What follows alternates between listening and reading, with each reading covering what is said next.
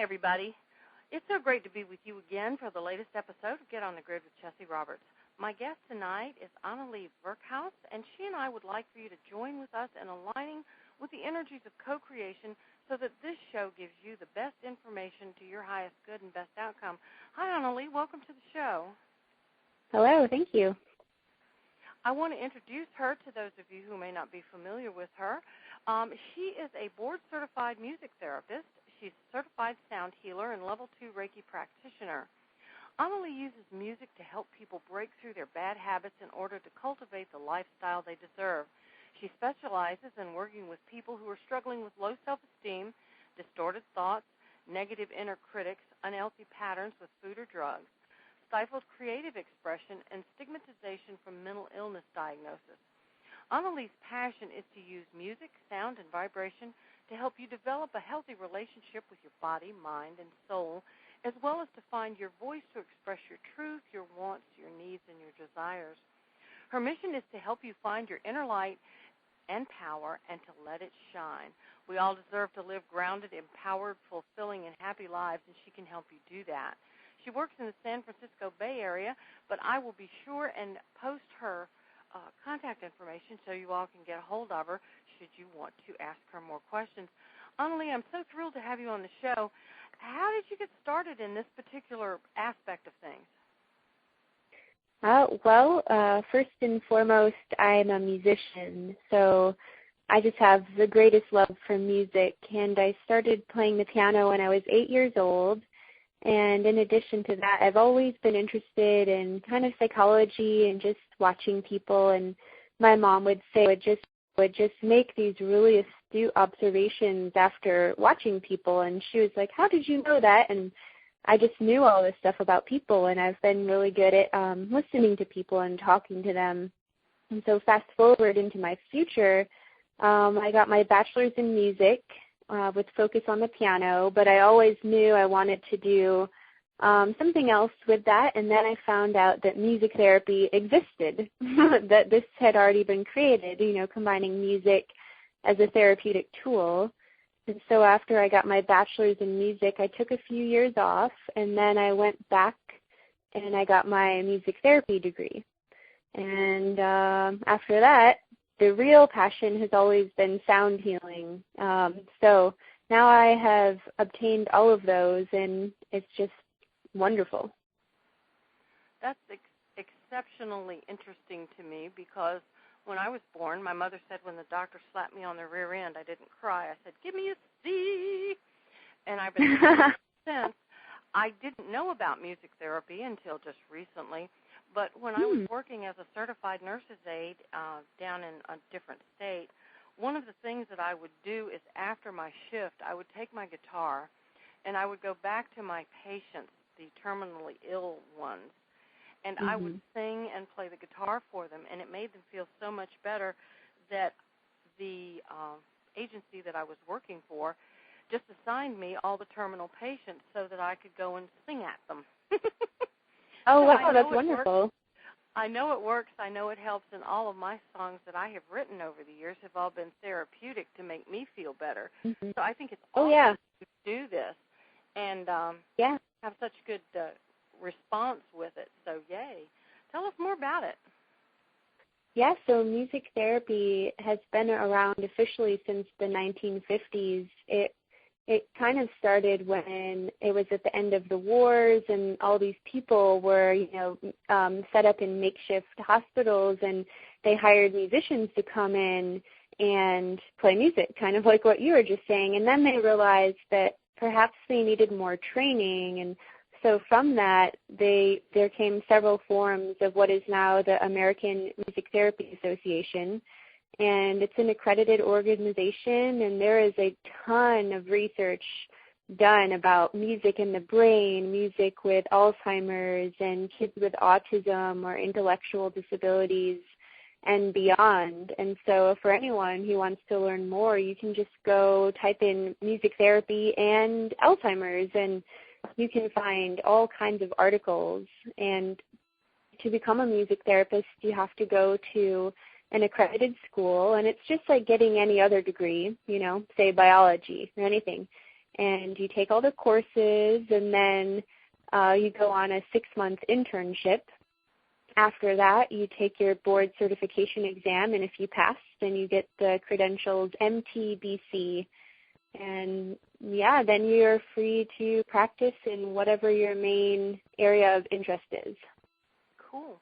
Well, let me ask you, please explain the difference between music and healing and sound therapy. I know there's subtle differences. I just don't know what they are. There are. So, yeah, music therapy is what I just talked about. And sound healing, to me, it's kind of like taking sound to a whole different level. So a lot of places, maybe you can just get a certificate in sound healing, or some offer an associate's degree, but it's not, say, as established as music therapy.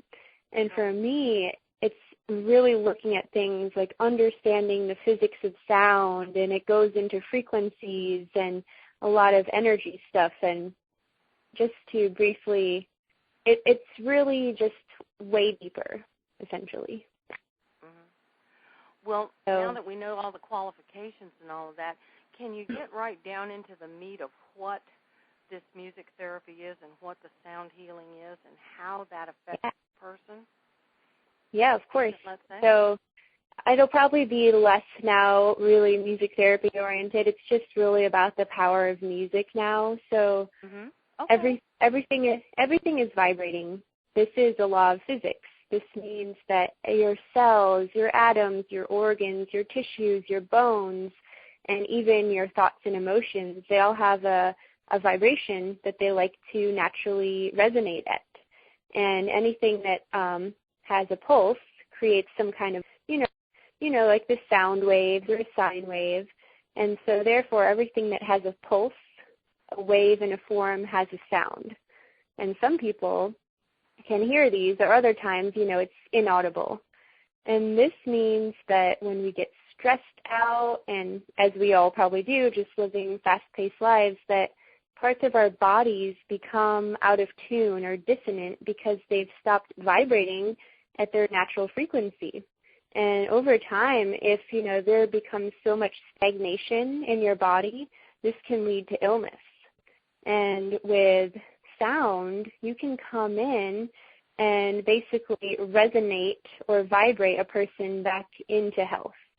So it's a pretty powerful stuff that some people may not necessarily think about, but I know that most people know if they've had a bad day, they put on their favorite band or song and they just start feeling better.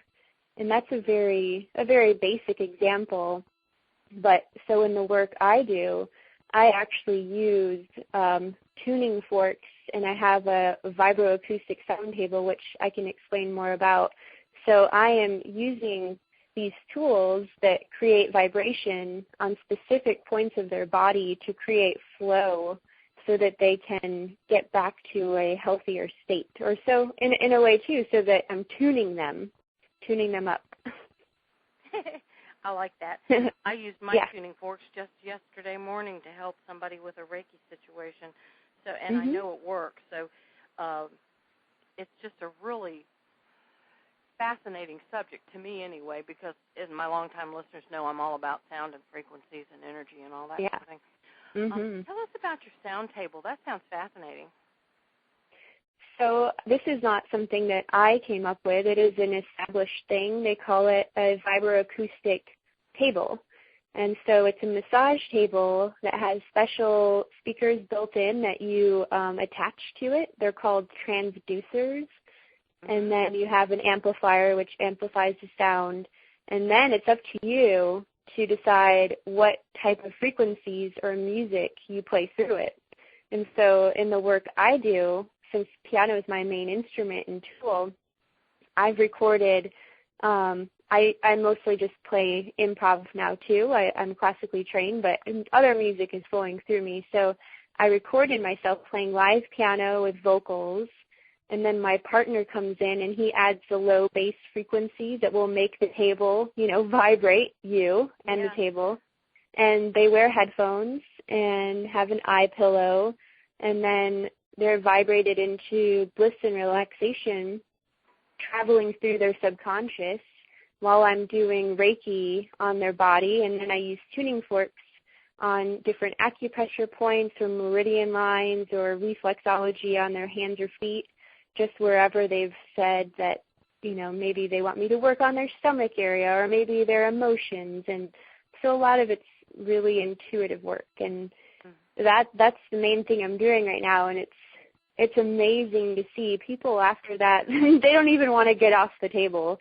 They say, oh, can I just stay laying here and sleep? And they're just so relaxed, and it's amazing.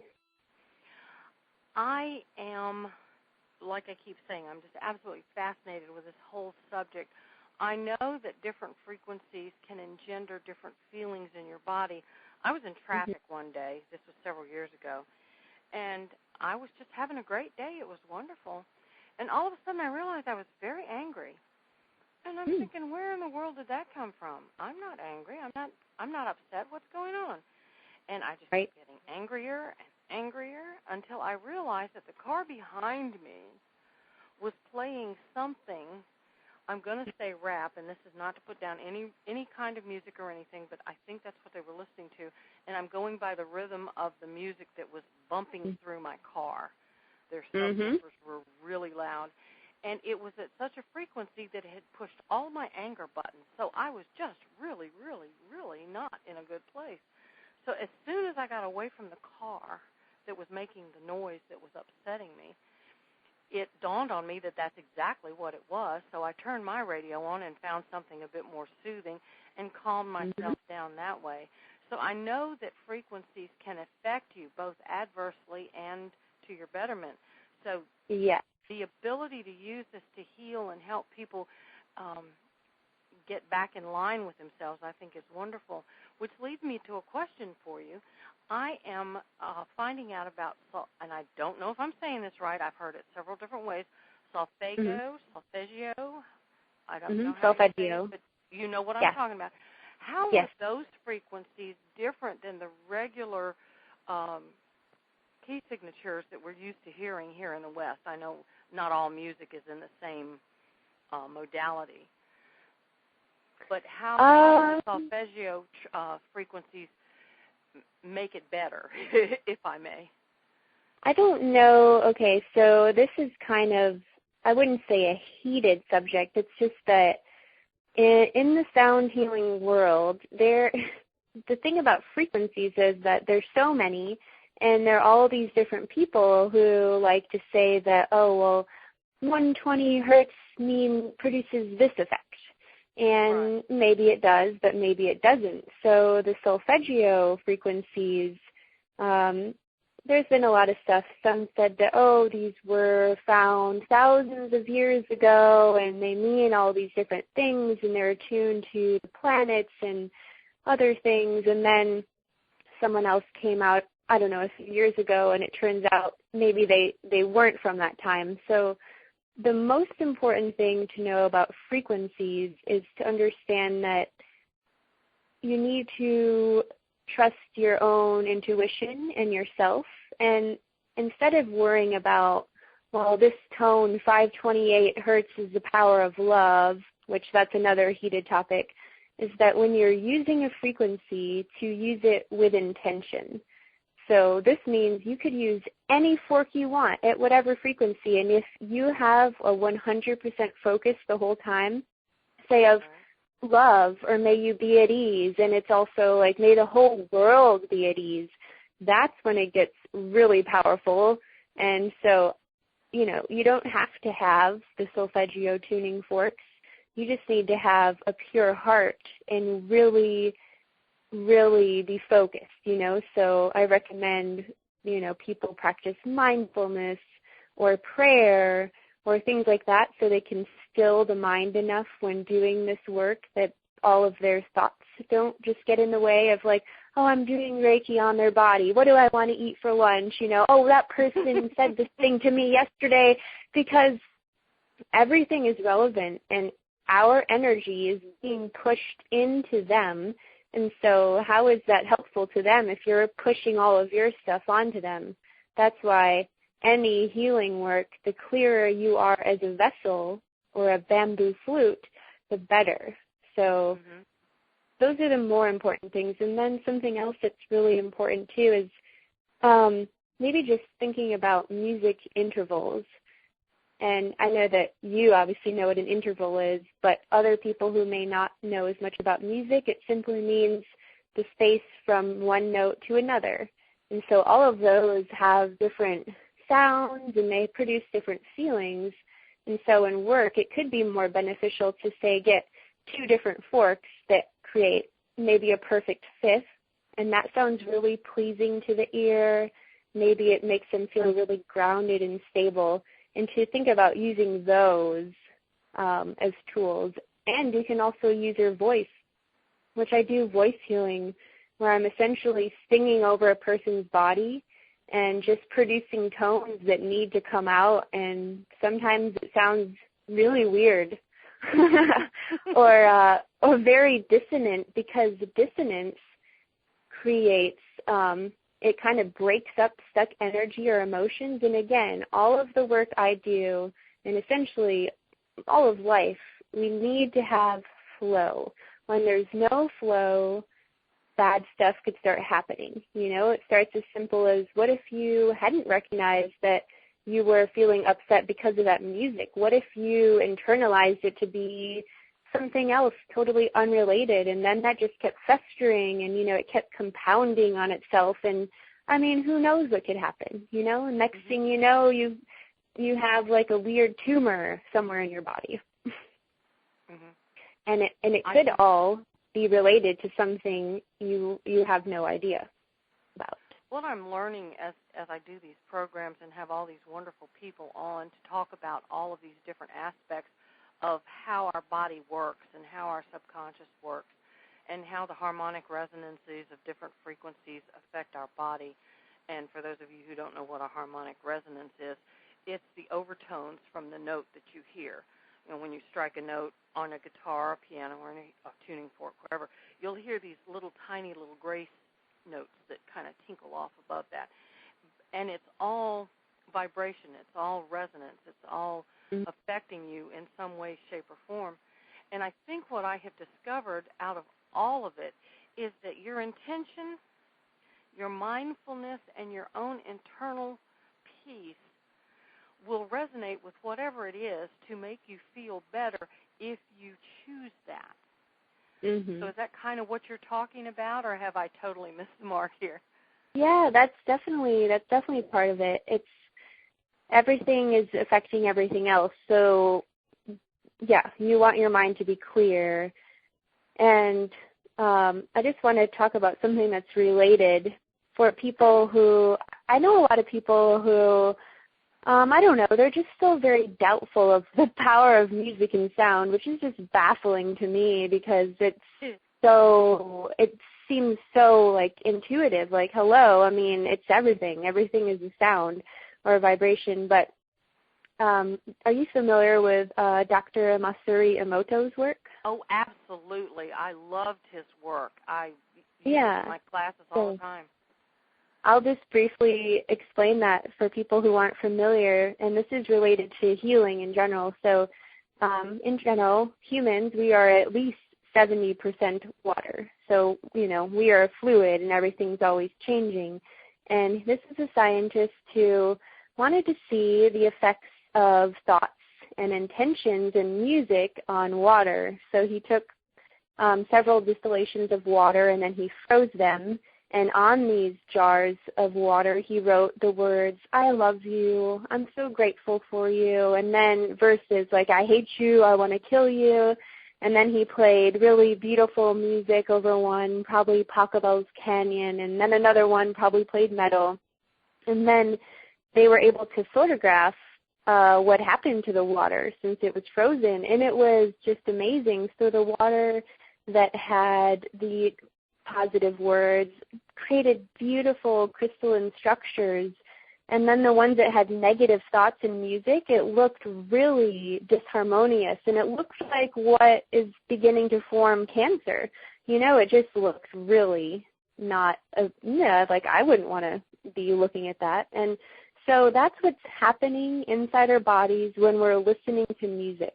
or even just listening to the sounds in our environment. So I like to bring a lot of awareness to people, like, hey, you know, everything that you listen to is affecting you, so maybe just become more conscious of that and notice, you know, the machines in your house. Maybe don't have all your computers in the room you sleep in, and how loud is your refrigerator humming, because, you know, we could become entrained to our electronic devices, because sympathetic resonance is that when something is vibrating stronger than another, it will entrain it to that frequency. And I don't want to be tuned to my refrigerator. I mean, that doesn't that doesn't seem very fun or healthy to me. So come on now.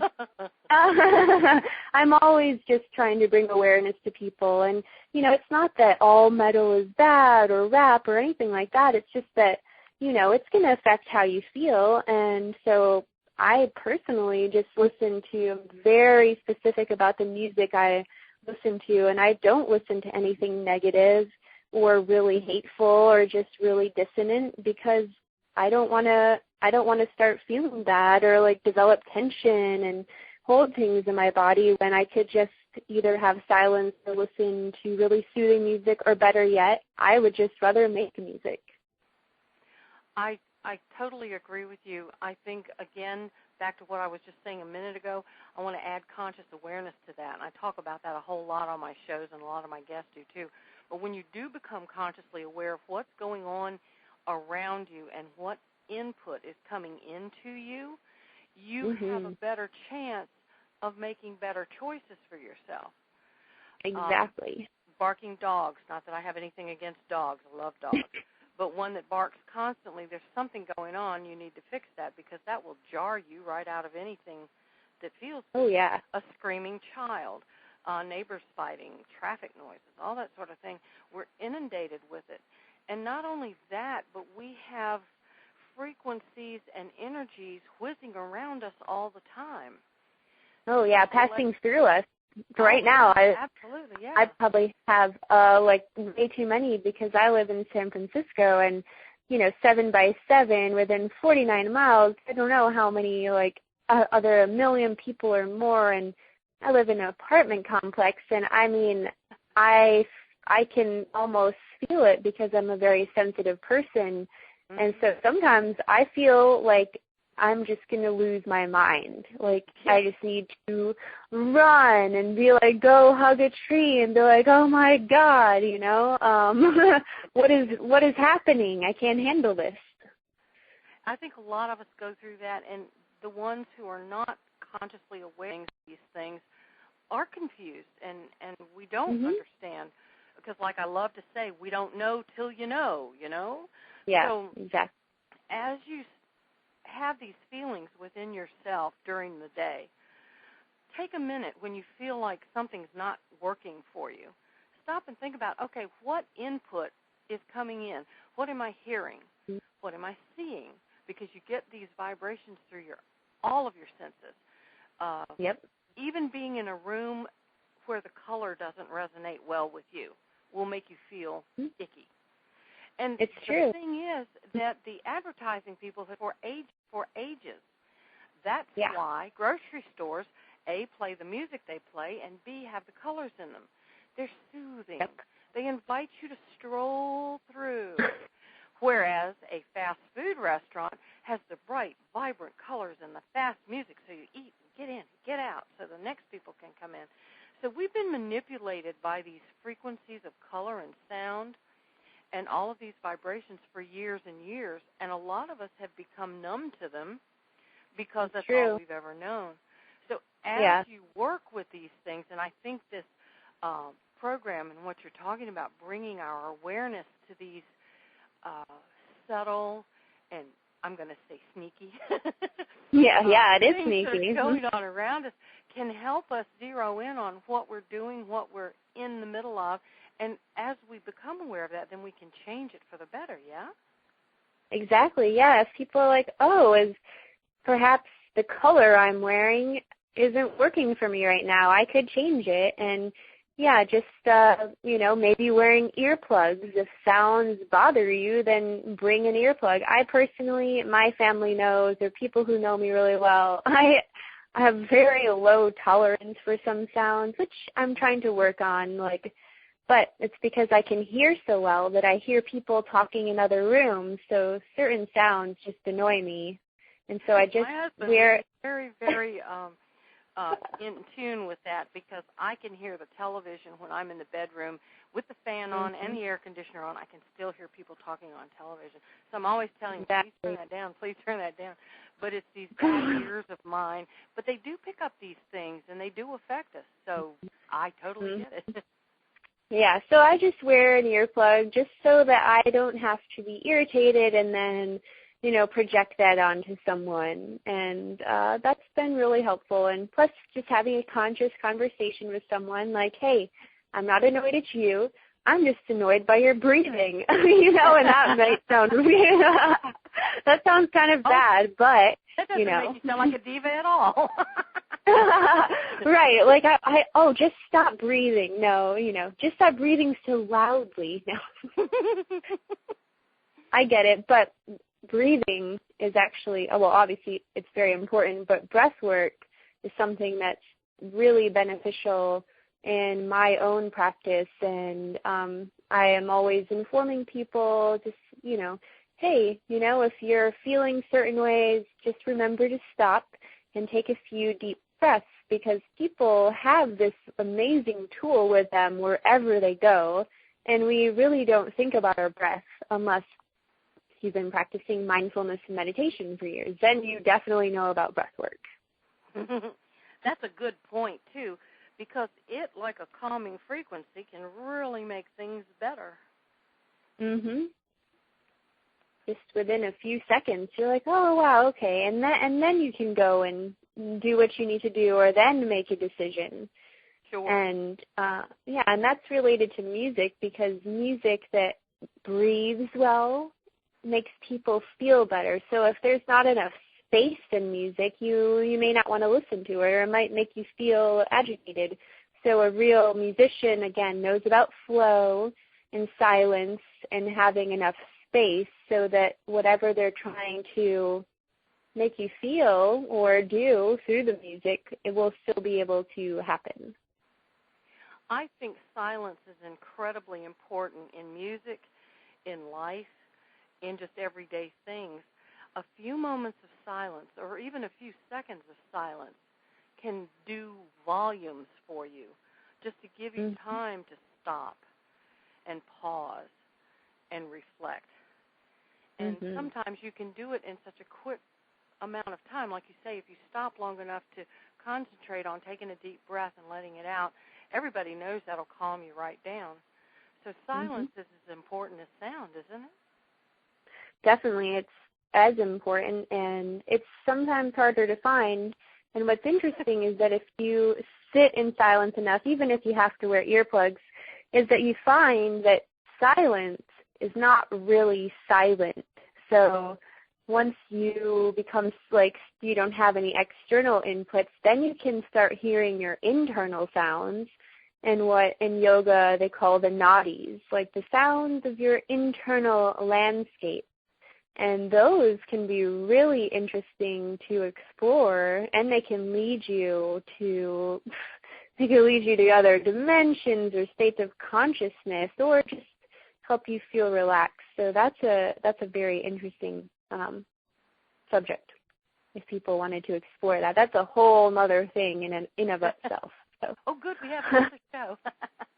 Yeah, I can talk for hours about all kinds of things. I am just an avid lover of exploration of the mind and consciousness and spirituality and anything like that. I'm a Sagittarius. I'm aiming for the stars, and I'm never going to stop. Well, that's good to know. One of the things that I've discovered about silence, and you say it isn't really silent, and you're absolutely right, is I always listen for the back sounds. What do I hear underneath what's in the foreground?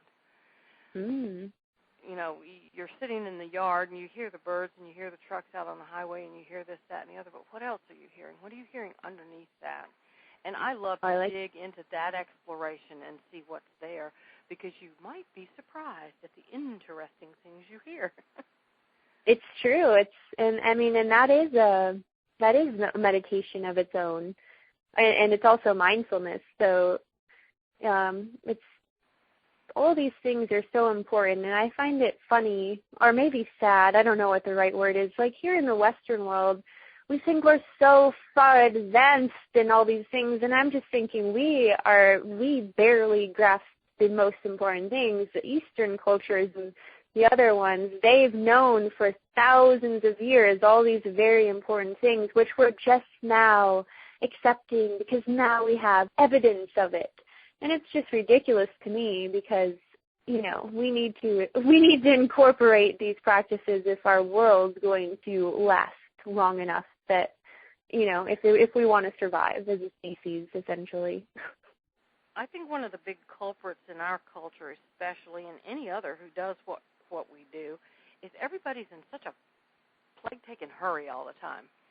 Mm-hmm. When you're at your desk, type faster, listen faster, respond quicker, tote that barge, lift that bale, get that over here, take this to point A or to point B.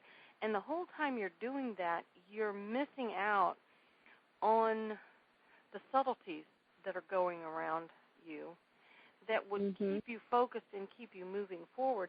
And I think, and this is just my opinion, so please don't send me nasty emails, but I think if we would just slow down and allow ourselves a bit of leisure, and I don't mean sitting around doing nothing and not being productive, but we don't have to rush around like a crazy person either. And if we would just kind of slow down, calm down, and let things, to use your word, flow properly. We're always trying to manipulate everything. We're always on the time clock. And time is a man-made construct anyway. So I sort of try not to, I use it only to keep everything from happening at once or from people missing each other. But if we could just let ourselves, here we go, return to the rhythms of nature, I guess is where I'm going.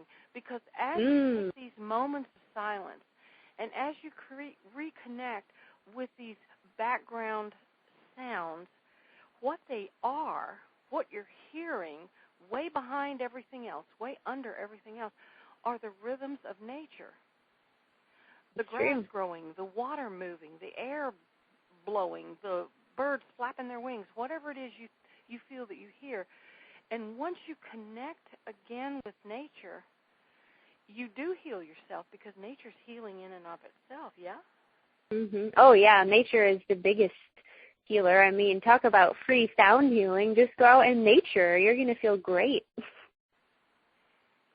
I can be upset and bent out of shape and go out and listen to the birds for 5 minutes, and I'm just happy dance time and ready to be renewed and go back in. And sometimes I need just to be quiet anyway. The noises of the day. Now, I'm self-employed, so I kind of control my own noise.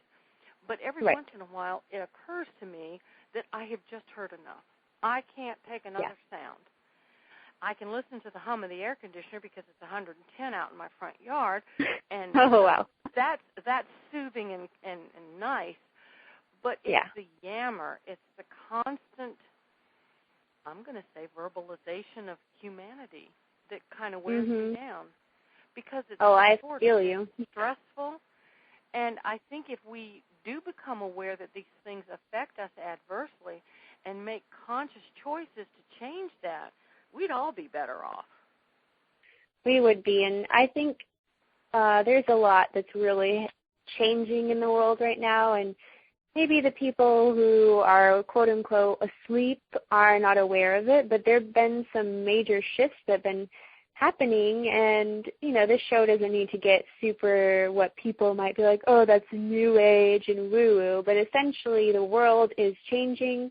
We're having shifts in consciousness, and a lot of people are awakening. And the problem is that people are awakening here, and they don't have any guidance, and they and they don't know what to do with this newfound wisdom or energy and connected to the source and be like, oh yeah, this is what life is all about. We're supposed to just be. We're supposed to flow with the universe. And actually, when you slow down and do things mindfully, you're so much more effective than when you're rushing. Plus, then you increase your heart rate, and then that affects everything else. So these people who are becoming conscious to different levels need guidance. And that's essentially my greatest passion, is to help those people know that, no, you are not insane, and no, do not go tell a psychiatrist that you see that everything's connected and you see people's auras, because they're going to drug you, and then that's going to block your awakening. And that's what I see, and it makes me really, really mad. Like, that is just not right. And shamans who visit the Western world, they look in our psych hospitals and they say, oh, this is where you put your awakening healers. Because here, it's all about power and control, and it's more like they would like us to stay asleep and be drones and do the work and make the money and play their game, when really what's happening is more people are awakening, and the more people that can be guided and know that we are multi-dimensional beings and we're very powerful, then those old fuddy-duddies will just eventually die, and then we can evolve into the species we're meant to be, which is amazing and connected to Mother Nature, and essentially the way we were when the world started. All of those things are really important, knowing when the seasons are coming, knowing how to plant and grow your own food, and following the signs of the moon, and all of these things we lost touch with. Those are very relevant, and to have rituals and communities, because we're all one, and we're so individuated that we're like, no, this is me, I'm special, and I'm going to wear this shirt, and this, and it's not helping us as a whole. It's breaking us. My grandmother always used to say, the hurrieder I go, the behinder I get. And it's exactly true. What I feel about all of this is the slowing down does make you more efficient, makes you more aware. My husband always said, here we stand on the cutting edge of ancient wisdom, and it's about time. Right, yes, that's what's happening, and it's just always nice to meet people who are very conscious, and to help people too who I can sense, like, oh, they're kind of questioning things. Now is a good time just to come in and open their mind a little bit. And sometimes it's good to totally blow their mind in a good way, because then they're like, whoa, like I had no idea, sacred geometry and all of these things. Like, wow, very relevant. I like the little aha moments that we go through as we wake up. Something completely unconnected in your mind, I don't know, a week ago, could be totally connected to everything in the next 2 minutes. And seeing those connections and feeling those connections, and again, it's all vibration, it's all frequency. But you don't know until you know. And when you do, you just kind of, I always feel like a Rubik's Cube. I've never been able to do one, but I know what one looks like when it finally gets where it's supposed to be, and I kind of feel that way. Ooh, I've got all my yellow in one place. Yay! Now let's go green. And it all clicks. It's why I do the show in the first place. It's why I have so many diverse opinions and so many diverse grids, I'm going to say, because your grid is one thing, and the lady who was on before you, or the guest who was on before you, or the guest who's on after you, they'll have a different grid, but they're all connected to this awakening resonance and frequency. It's not a new sound. It's the sound of the universe when you get right down to it. And as we connect with the sounds and as we begin to vibrate with the frequencies and heal ourselves through these sounds and through these frequencies, the changes are just phenomenal. And if anybody thinks my show's woo-woo-woo, well, that's kind of why I do it, because I want you to I want you to feel. I want you to have your mind blown. Exactly, and to start thinking about things. And, for people, I am a huge, obviously, since my work, obviously I have to explain to people all the time, what is music therapy, what is sound healing, and I use their language, which is a real skill. And, I'm not going to start talking about angels coming in and moving through me because, that's probably not going to attract a lot of people. And I don't even know if that's really happening. Be surprised. Well, okay, so I do know the people I can say that to, but the thing is discernment in using, if I'm going to be talking to an executive director of some company, I'm going to use as much evidence as I have and then be like, look, and you just need to come and experience it for yourself because, it's all well and good to talk about it, but once you feel that, you're going to know. Yeah. Well, there's a real hard truth in what you just said. It's experiencing it makes all the difference in the world. I'm going to back up just a little bit. You said something about angels. Not to offend angels or anything. Information that's come in from different directions, they are another frequency. Of course. And like we keep saying, everything's a frequency, and it determines, you personally determine what that frequency means to you. I do everything through guidance. I'm always asking them this, that, or the other, and I have a special signal that they give me that is an energetic buzz that goes through certain body parts, and it lets me know that they're listening. It lets me know that I'm tuned into that frequency. Right. And if I don't get it, I know I have to change my frequency, and that's my thinking of what's going on around me so that I can connect with that. So whether you sing it, whether you paint it, whether you ride it on a wave, whatever you do to connect to your higher frequencies is going to be beneficial, yeah? Oh, yeah, and I completely agree because I connect to all kinds of things, and most importantly, I connect to Source or God or whatever people want to call it, or to love, and then also to music because music, she's alive and she's beautiful, and it's not about me manipulating these notes. It's more of, hey, what does this note want to say right now, and what does it feel like when I play a D and an A at the same time? And it's like letting it flow. And when I open myself to music and I'm just like, music, I would love for you to flow through me right now, then it does, and then it's beautiful. And that's what I think the great masters have done, like Beethoven and people like that. They were connected way beyond. It was not them. It was flowing through them, and they were just able to notate it.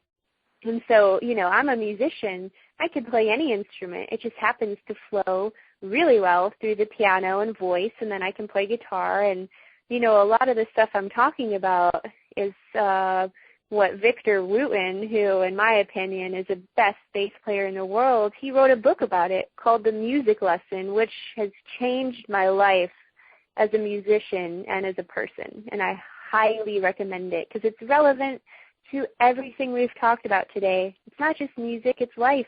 Life, music, same thing. I agree.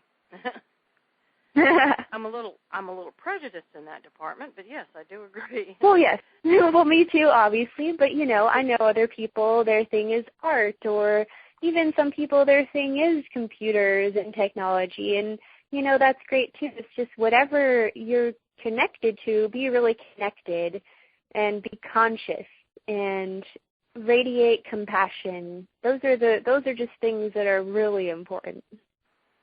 I agree. I think this has been a fascinating conversation. I really appreciate you being on the show today. Before you go, is there a salient point that you'd like for everybody to have kind of nailed in there to take with them afterwards?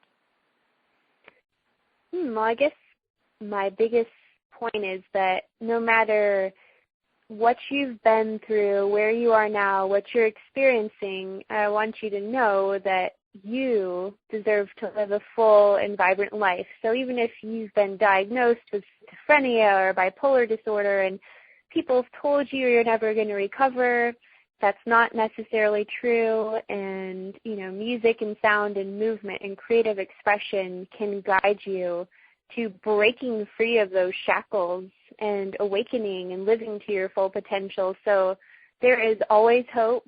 And I believe that this world is beautiful, and it's time for us to start remembering all the important things and to, most importantly, trust yourself.